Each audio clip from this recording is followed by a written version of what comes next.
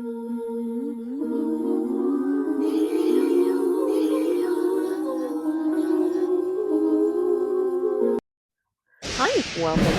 welcome to the Abyss Tarot T.A.T. So today we're on day 14 of your 31 days of Halloween tarot messages. Okay, so the number 14 is temperance. It is the temperance card in tarot, Sagittarius. It is about merging, it is about bridging two things, coming together. It's also about being patient. But the number 14 does also represent karma. Um, you know, karmic completions, karmic cycles. So it is the number of you reap what you sow. So today is about thinking of those things. And it's interesting because I woke up this morning listening to the rain and I love the sound of the rain. And I woke up listening to it. But at the same time, ever since I was little, I've always felt like kind of a like a yin and yang, a good and bad about the rain because as much as I love it and it's like so comforting to hear it and when you're at home and you're listening to it and it feels good, but at the same time and since I was little I would always think about what about the people in the street? What about the people that are homeless that don't have a home to listen to the rain? And then I would worry about like how do they keep from getting wet? How do they stay dry? And that's something that would always be on my mind, and it still is. So as much as I enjoy listening to the rain, I still always go to those thoughts like, well, what about the people that don't have a home and they're in the street? And it also made me think about what somebody said to me once was, oh, people are homeless because they want to be. That's their choice. And I'm like, I don't think so. I don't necessarily think that's the choice for most people, right? But um like it made me think of like children that have had to be homeless. That was not their choice, obviously, and things like that, or people with substance abuse problems, that didn't get help or didn't have anybody to help, and they've had to go through those things. So it's just been a lot of things playing out in my head since I woke up, just because of the rain. Just the rain kind of got me down this snowball and rabbit hole of things. And again, it's the number 14 having to do with that, having to do with like you reap what you sow, right? But not it's not always our choice, right? It's not always our doing that things happen. um oh gosh, so much. There's so much just going through my head. But so yeah, with the number 14, it's also connecting with the story that, where is it, the rose elf, here it is. It's this card that came out as I was shuffling today, and it's 29. Okay. It says Revelations, the rose elf. So this story, as I remember it, we'll read the how it explains it in the book in a minute, but it's how I remember the story. It's of a girl who has like an overbearing, overprotective big brother, and she falls in love with this guy and they want to get married and this and that, and her brother's like, oh, no, no, no, you are not going to marry him, you're not going to be with him, blah blah blah. So her brother ends up tricking the guy to go, like, that he's going to give him work or something like that. From what I remember, he's going to give him like a job somewhere far. And so the guy's like, yeah, I'll go do it, that way I can have money so we can get married, right? So that him and the guy's sister could get married. So he's like, yeah, I'll do it. So he takes the guy off supposedly really far to go work, and actually he takes him to the woods, and he you know does away with his life. And the whole time there's a little elf, there's a little elf hiding and witnesses the whole thing. So that little elf jumps into the brother's pocket and goes home with him. The guy doesn't know that the little elf that witnessed everything and jumped into his pocket and went home with him. And so the girl is kind of like waiting for her boyfriend to come back from work, and there's no word of him, nobody's seen him. And her brother's like, well, he must have just ran off, like he just didn't want to marry you and he just decided to up and leave. He ran off. And she cried. She was just like, when's he coming back? Where is he? There's been no word of him, no sight of him. Devastation, right? And the little elf, that had hopped into the brother's pocket and went home with him, ends up telling the girl, like, I'm sorry to tell you this, but I saw your brother do this, do this to him, and take him out, basically take him out this world. And so the girl cried and cried, and the elf showed her where his body was. And since the girl and the elf couldn't carry the body back, pretty gruesome, but she brought back his head. She brought back her lover's head, her love's head, and she put it in a flower pot and planted some seeds in there. And you know, and every day she cried in that flower pot because his head was in there, and she didn't confront her brother. She didn't tell her brother, I know what you did, you know, to my love, to my fiance. She didn't, you know, she just every day, she just, her depression grew more and more, and she cried every day in that flower pot, to where her brother thought, man, this girl is weird. Like, she's wigging out, she's wigging out, crying every day, holding on to this flower pot. And it just got worse and worse. She wasn't coming out her room. She wasn't eating. She just spent all day crying over that flower pot where she had placed her lover's head in there. And she just, you know, she wasted away basically too, and she passed. She ended up passing from her grief, her heartbreak. And after that, the brother came into the room, I guess, to kind of like clean out her room, empty it out. And as he picked up the flower pot to throw it out, a bunch of little fairies came out of it. And again, because it grew these plants, these flowers that blossom out of it, and it does say the rose elves. So I don't know if it was roses that came out or jasmines. Oh, I don't remember the story that well to remember all those little details. But the flowers that grew out of it drew in these little elves that like to be in the flowers. So it had all these little elves in there. So when he picked up the flower pot, he was going to toss it out. All the little elves came out of the plants, and they started attacking the brother. They attacked him to where he himself passed. And then when everybody came in to see what was the commotion, what happened, they saw that the guy had passed, but that he also had the flower pot there, and the flower pot had like somehow spilled or been knocked over or whatever in this whole struggle that he was with the little elves fighting. And the flower pot spilled, and you were able to see that the guy's head had been in the flower pot. So it's like everybody in the end found out what had happened to the guy that was missing. It was the brother who had done away with him, and this was his head. So at the end, everybody knew. Like, basically, the guy did get his karma, you know. It did get found out what he did, but at the same time, it wasn't the girl's choice, it wasn't the guy's choice. Like, that wasn't their choice to have that life experience. What they wanted to experience was something beautiful and get married and be together and this and that. It wasn't their choice to um go through what they went through, and they end up losing their lives. Yeah, the brother lost his life too, good riddance to him, right? But he deserved that. That was part of his karma. It wasn't the girl's karma nor her boyfriend's karma to go through what they went through. So anyway, so this is the card that came out today, and as I'm again replaying everything in my head this morning with the rain, with, you know, with me always thinking, oh, what about the people that don't have a home, and then other people saying, well, that's their choice. They chose. No, like, so there's just a lot of things that I think today is bringing out a lot of those energies, like good, bad, and again, it is the card, the number of karma. You know, like, you reap what you sow. Basically, the story is about you reap what you sow. And again, the girl had sowed seeds into that plant with the head, and she cried over it every day, and it grew these beautiful flowers. Okay, so there was the revelations at the end.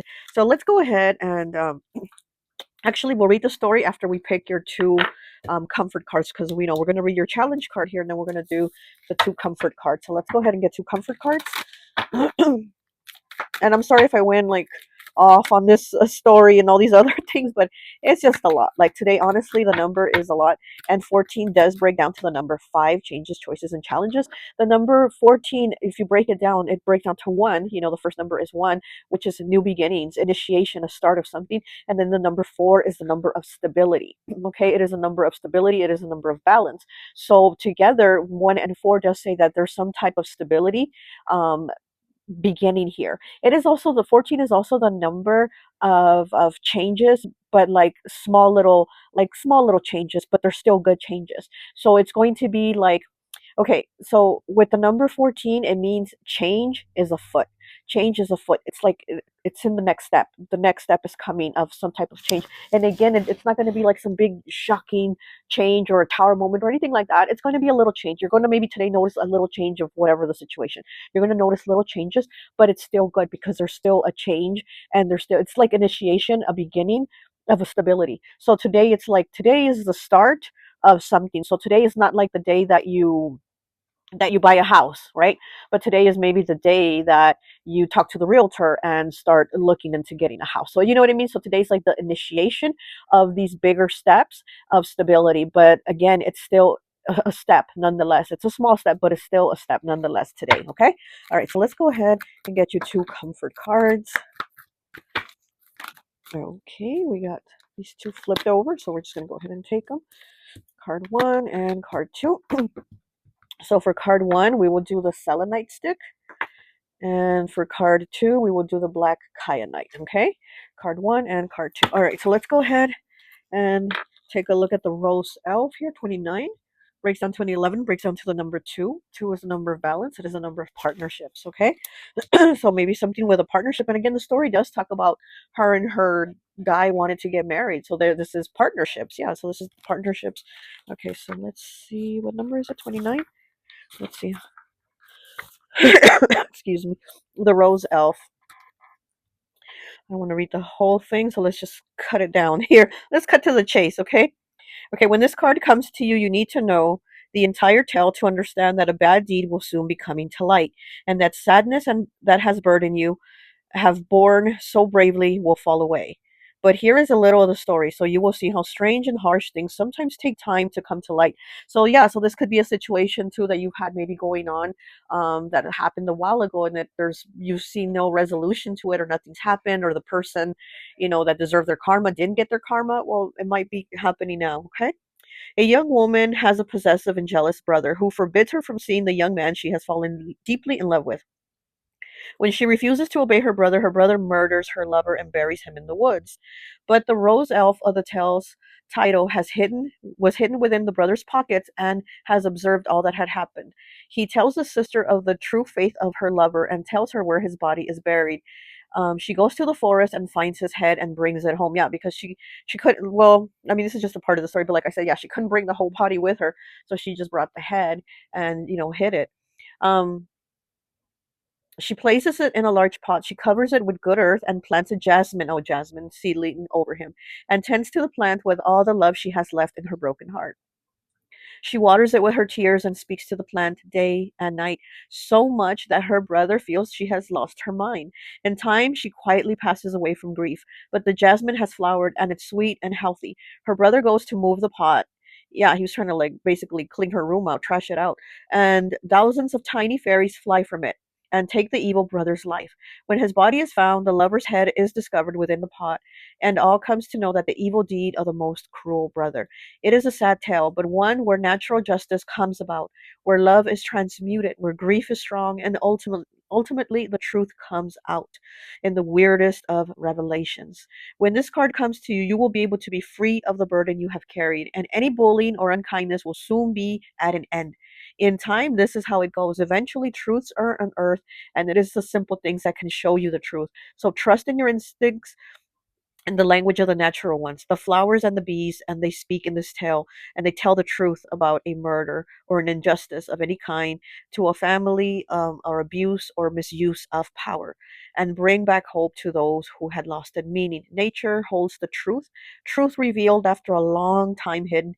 What is suppressed rises to the surface, and belated justice. Okay, so definitely belated justice here. Again, today, right? This card for this card to have to came out today, and today being the number 14th, and 14th being the number of karma. It's like, yeah, so things are going to play out. People will have justice. Again, it's the number of you reap what you sow. So what have you sown? Have you sown good seeds of love and care, or bad seeds, right? And again, this is how it's going to play out for people. Maybe you saw injustice, that's been done to you or others. You're going to see it. It changed. There's going to be a turnaround. And again, like I said, today is a day where, something happens, but in a small amount. So maybe you're going to see somebody's karma play out today too, but it's going to not play out today like their entire karma, but maybe you'll see the start of it. You'll see some type of change, a little shift in whatever this, situation is. There's going to be a slight change in how things have been, of to where this person has had, an overuse of power, right, and abuse of it, and people, and whatever, is going on. You're going to see today some type of change in that. You know.